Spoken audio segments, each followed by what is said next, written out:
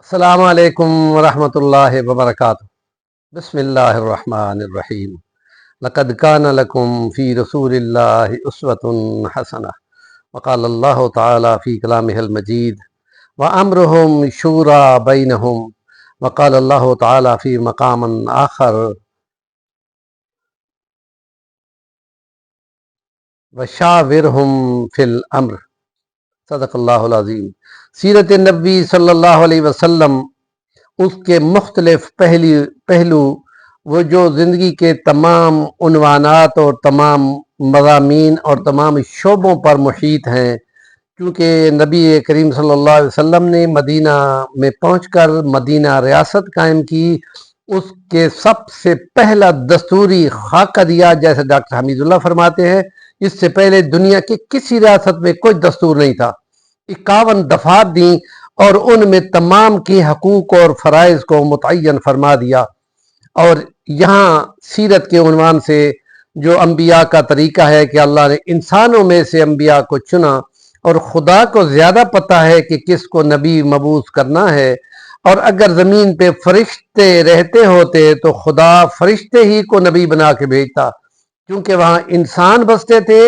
اور انسانوں کی سرشت باب آدم کی اولاد میں سے ہے، تو اس کی تعلیمات اور اس کے نسبت سے اور اس کے وجود کے مختلف حقائق کے مطابق وہ تعلیمات اتاری گئیں، اور اس میں یہ خاص عنصر ہے کہ پیغمبر خدا مشورے کر کے معاملات کو طے کرے، تاکہ بعد میں آنے والے ان کے مختلف جو ان کے فالوور ہوں گے، ریاستیں ہوں گی، ادارے ہوں گے، وہ آپس میں شورائیت کی طرف اور مجلس کے معاملات کو ذمہ داری کے ساتھ آگے بڑھانے والے بنے۔ نبی کریم صلی اللہ علیہ وسلم نے اس موضوع پہ تمام پہلوؤں پہ باقاعدگی کے ساتھ مشورے کو شامل کیا، اور اس میں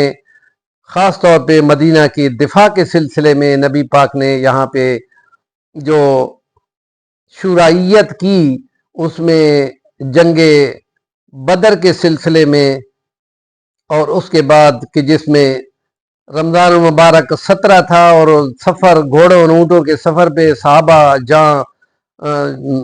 نڈھال ہو چکے تھے، تو آپ نے ان کے مشورے کے بعد اللہ سے اذن چاہا کہ روزے کو قضا کر دو۔ اور جب وہ جنگ احد کی بات ہوئی تو نبی پاک نے مشورہ لیا کہ چونکہ باہر سے بڑا دشمن آ رہا ہے اور 3 پہلو تو ویسے محفوظ ہیں، صرف ایک پہلو ہے، اور اس میں سے کیسے کہ مدینہ کے اندر رہ کر دفاع بھی کیا جا سکتا ہے اور مدینہ سے باہر نکل کے بھی دفاع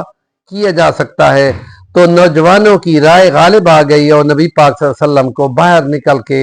لڑائی کرنی پڑی، اور آپ نے جتنے اپنے اسلحے کو اپنے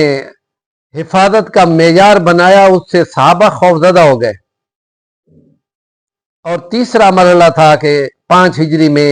جب خندق کا مرحلہ آیا کہ 3 طرف سے وہ مدینہ محفوظ تھا، صرف ایک راستہ تھا شمال والی سائڈ کا۔ تو حضرت سلمان فارسی نے ان کو مشورہ دیا کہ ایران میں اگر بڑی فوج حملہ آور ہو تو اس کے دفاع کے لیے وہاں ایک خندق کھودی جاتی ہے، 15 فٹ گہری اور 15 فٹ چوڑی، اور اس کے اندر پانی بھر دیا جاتا ہے۔ یہاں چونکہ پانی نہیں ہے تو اس کے لیے اس خندق کو تھوڑا چوڑا کر کے پھیلا دیا جائے۔ چینل کا نام ہے صفی الوانی، ضرور سبسکرائب کریں اور کام کا کومنٹ ضرور دیا کریں۔